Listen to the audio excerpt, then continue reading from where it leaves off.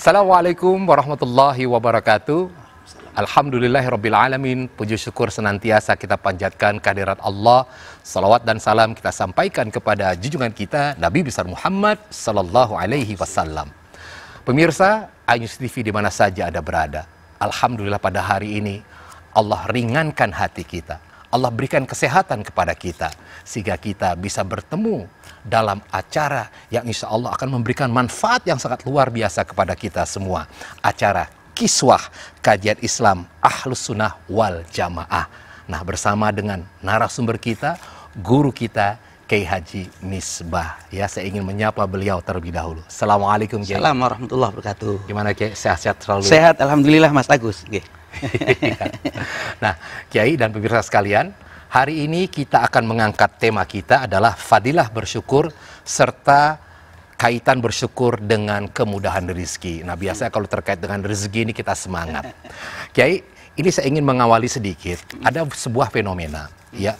Rasa syukur itu biasanya akan timbul kalau kita merasakan sesuatu yang kita dapat itu berlebih. Yeah. Jadi kalau kita bisa bernafas, ya kita bisa makan, kita bisa melihat, seolah-olah ini adalah sesuatu yang biasa. Yeah. Semua orang juga mengalami hal yang sama. Kalau gitu apa yang patut disyukuri?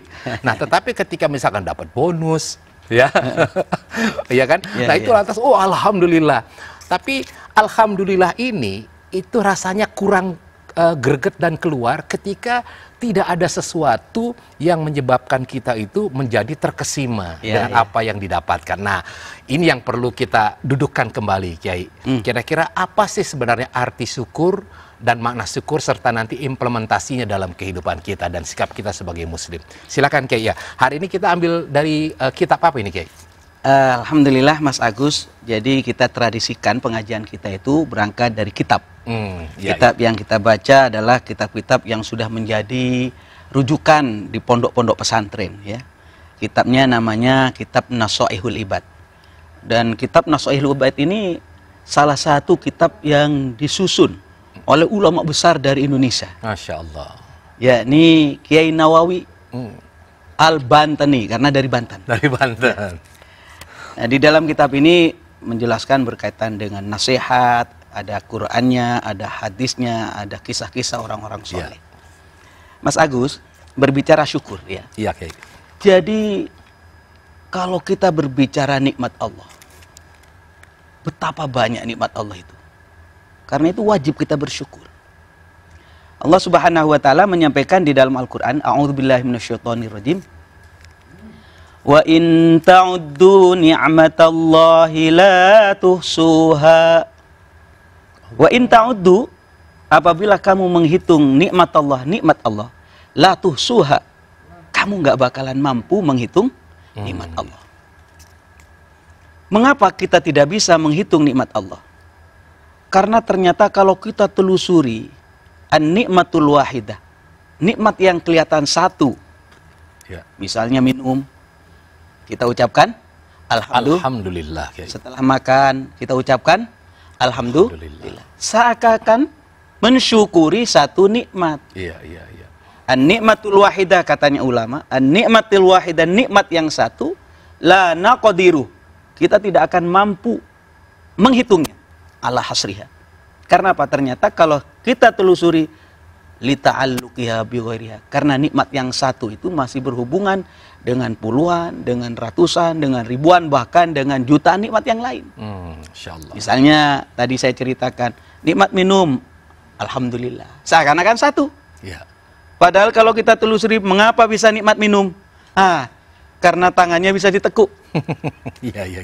Kalau nggak bisa ditekuk kan bisa minum kayak embek gitu ya. Kenapa bisa nikmat minum? Karena tidak sariawan, tidak sakit gigi, tidak sakit tenggorokan, dan seterusnya. Belum lagi berbicara air ini dari mana.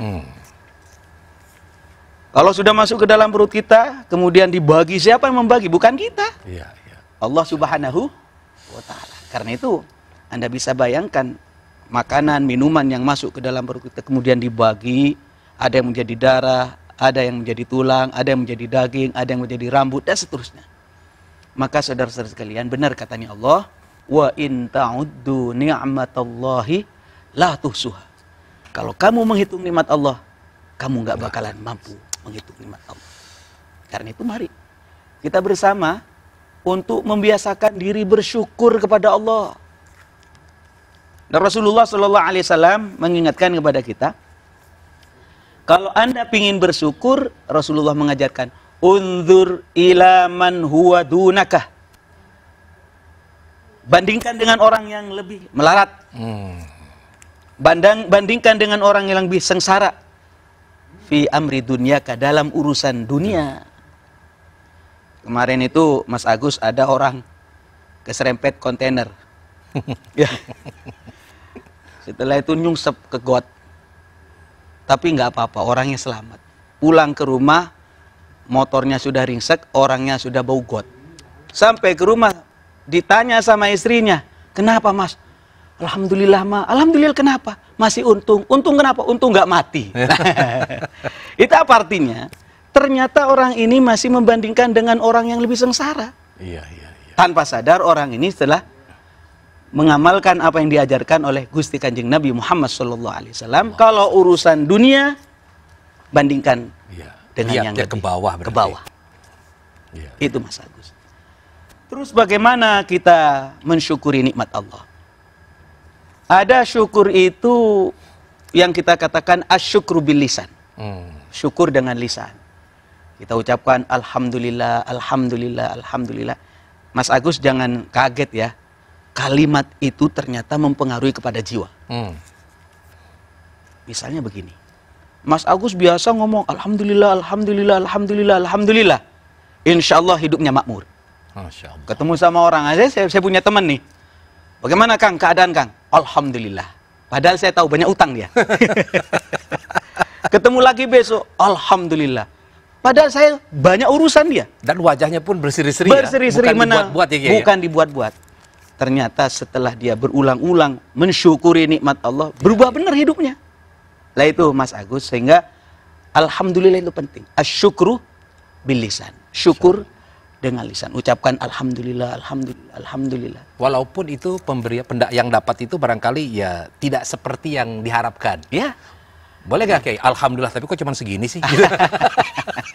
Jadi kurang tulus itu Mas Agus. Jadi seharusnya dia itu mengucapkan alhamdulillah ala kulli hal dalam keadaan apapun. Sebenarnya kalau kita pintar mensyukuri.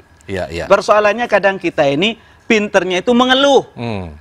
Ya, sudah dikasih segini masih mengatakan kok segini.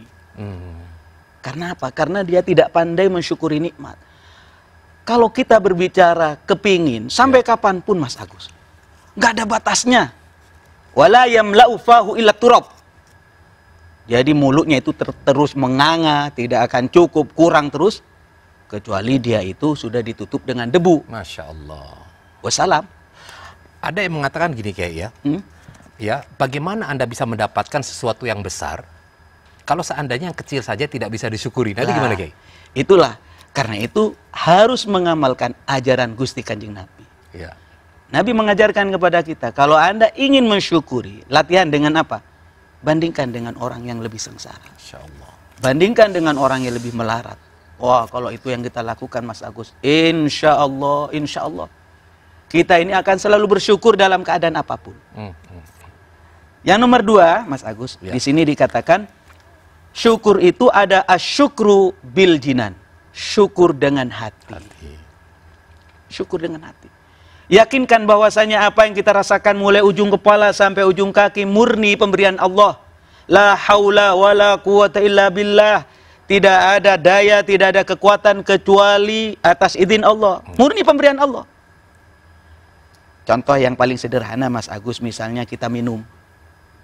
Pertanyaan saya tadi, minum air itu dari mana? Tidak ada satupun orang yang bisa membuat air. Masya Allah. Paling cuma menyuling dari air laut menjadi air tawar. Benar nggak? Iya, dari gunung diambil gitu. Diambil. Qul ara'aitum in asbaha ma'ukum ghauran faman ya'tikum bima'in ma'in. Itu di dalam surat Al-Muluk terakhir. Qul ara'aitum, katakan. Ara'aitum in asbaha ma'ukum. Kira-kira kalau air yang Anda minum, Mas Agus minum itu, in asbaha ma'ukum ghauran, ambles. Tidak keluar. Mata airnya mati, sumbernya mati. Pertanyaannya, fama ya'tikum bima ima'in. Siapa yang bisa mendatangkan air? Kita jawab, Allahu Rabbuna wa Rabbul Alamin. Hanya Allah. Air, Mas Agus. Urusan air saja, kita tidak bisa ngapa-ngapain. Belum lagi, afaru'aitum ma tahrusun. Apa yang kamu tanam? Antum tazra'unahu am nahnu zari'un. Apakah engkau yang menumbuhkan atau aku? Iya, iya. Mas Agus paling datang ke sawah, tancepin itu, ya padi, apa itu ya, benih padi, kemudian hanya ditungguin, besar-besar, ada pohon yang awalnya kita naman tidak ada garamnya, tidak ada gulanya, tapi ada yang manis, ada yang kecut. Siapa yang menumbuhkan? Lah ini adalah sebuah hal yang penting untuk ditanamkan ke dalam hati, bahwa hati kita mempunyai sebuah keyakinan semuanya pemberian dari Allah. Masya Allah. Nah, termasuk gini Kiai. Ketika misalkan ada orang yang bekerja kemudian mendapatkan gaji. Nah, kalau tadi seperti tadi Kiai, siapa sebenarnya yang memberikan, perusahaan atau Allah gitu? Bisa nggak dianalogikan ke situ? Kalau berbicara syariahnya ya pasti perusahaan. Tapi hakikatnya Allah. Saya ini punya anak bayi, Mas Agus. Tak pikir-pikir, bayi ini tahu apa ya? Mas Agus masih kelayar keluyur, bener nggak? Ikhtiar, silaturahim. Anak bayi ini nggak punya alat untuk silaturahim, nggak punya mobil, bener nggak? Iya, iya. Nggak punya kaki yang untuk jalan. Modalnya cuma oa, oe. Kemudian digerakkan oleh Allah Subhanahu Wa Taala. Ibunya punya rasa sayang. Insya Allah. Ya hakikatnya kalau berbicara kulun minallah. Tetapi syariatnya ya kalau kita kerja di satu perusahaan ya memang dari sana. Tetapi siapa yang menggerakkan mereka untuk mengundang, untuk mengajak, untuk menerima dia? Subhanallah Mas Agus. Karena itu mari yakinkan bahwasanya apapun yang kita rasakan mulai ujung kepala sampai ujung kaki, hakikatnya murni pemberian Allah. Kalau kerjaan bisa ditiru. Tapi kalau urusan rezeki kadang-kadang lewat kita. Karena apa? Karena sudah rezeki ditentukan oleh Allah. Nah, yang ketiga sekarang Kiai. Yang ketiga ini namanya asyukru bil jawari. Syukur dengan anggota badan. Jadi kita ujung kepala sampai ujung kaki gunakan untuk ibadah kepada Allah. Ini namanya syukur bil jawari. Maka para ulama menyampaikan, di saat Mas Agus, di saat saya bertakbir Allahu Akbar, salat, Fatihah, kemudian ruku, sujud, ditutup dengan salam, muftatahatun bit takbir, muhtatamatun bit taslim, dimulai dengan takbir, ditutup dengan salam. Maka ketika Mas Agus sholat, sejatinya sudah melaksanakan 3 syukur. Masya Allah. Kenapa saya katakan 3 syukur? Di sana ada kalimat hamdalah. Iya, ucapan. Alhamdulillahirabbil alamin. Kemudian di dalam hati itu mempunyai perasaan, mempunyai keyakinan bahwa sejatinya ini kita dari Allah. Banyak kalimat-kalimat yang kita nisbatkan kepada Allah. Kemudian ketika kita sujud, mohon maaf ya, filosofi sujud ini luar biasa Mas Agus. Bagaimana kepala saya yang harus dihormat? Benar nggak? Mas Agus pakai songkok, saya pakai surban demi menghormat kepala. Kalau ada suara duar gitu, kira-kira yang diselamatkan dulu. Aduh, ya begini pasti ya. Ini ya. Itu artinya Anda menghormati kepala Anda. Masya Allah. Bagaimana Mas Agus kemudian sujud? Seharusnya kepala ada di atas, diletakkan di tanah. Anda sedang merendahkan diri di hadapan Allah Subhanahu Wa Taala. Kalau kita merendahkan hati kita kepada Allah, jasad kita yang paling kita hormati, maka kemuliaan yang akan kita dapatkan Mas Agus. Masya Allah. Nah itulah filosofi daripada syukur. Syukur dengan lisan, syukur dengan hati, syukur dengan anggota badan. Aplikasinya itu di sholat. Ya baik Kiai, kita tahan dulu Kiai. Nah pemirsa, terkadang kita merasakan bahwa sholat ini hanya sebuah kewajiban. Karena kewajiban, maka akan terasa berat untuk melakukannya. Seperti Kiai Misbah katakan tadi, seperti sholat itu adalah bagian dari rasa syukur. Nah apabila lakukan demikian, insya Allah akan tenang. Nah, namun nanti kita akan perbincangkan kembali dengan Kiai setelah pesan-pesan yang berikut ini. Tetap bersama kami di Kiswah Kajian Islam Ahlus Sunnah wal Jamaah.